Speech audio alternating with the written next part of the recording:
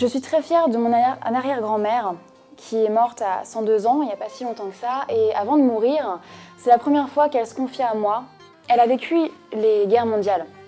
Et elle m'avait raconté une part de sa vie durant cette guerre, la Seconde Guerre mondiale, où les Allemands avaient occupé toute la ville. Et mon arrière-grand-mère avait caché 2 Anglais. Et un voisin le savait et l'avait menacé. Et elle avait toujours un coup d'avance sur les autres et lui disait de toute façon si tu me balances c'est clair, j'ai un couteau de scie dans ma poche, je te pends au mur et je te tranche la gorge. Et je me suis dit, quand elle m'a dit ça, je suis quand même fière que c'est mon arrière-grand-mère et je me dis moi aussi je veux prouver que je peux avoir ce courage-là aussi dans des conditions complètement différentes.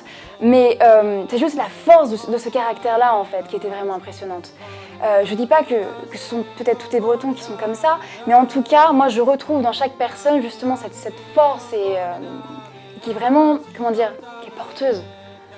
Et je trouve ça extraordinaire. Moi aujourd'hui je suis encore fière de dire que je suis bretonne.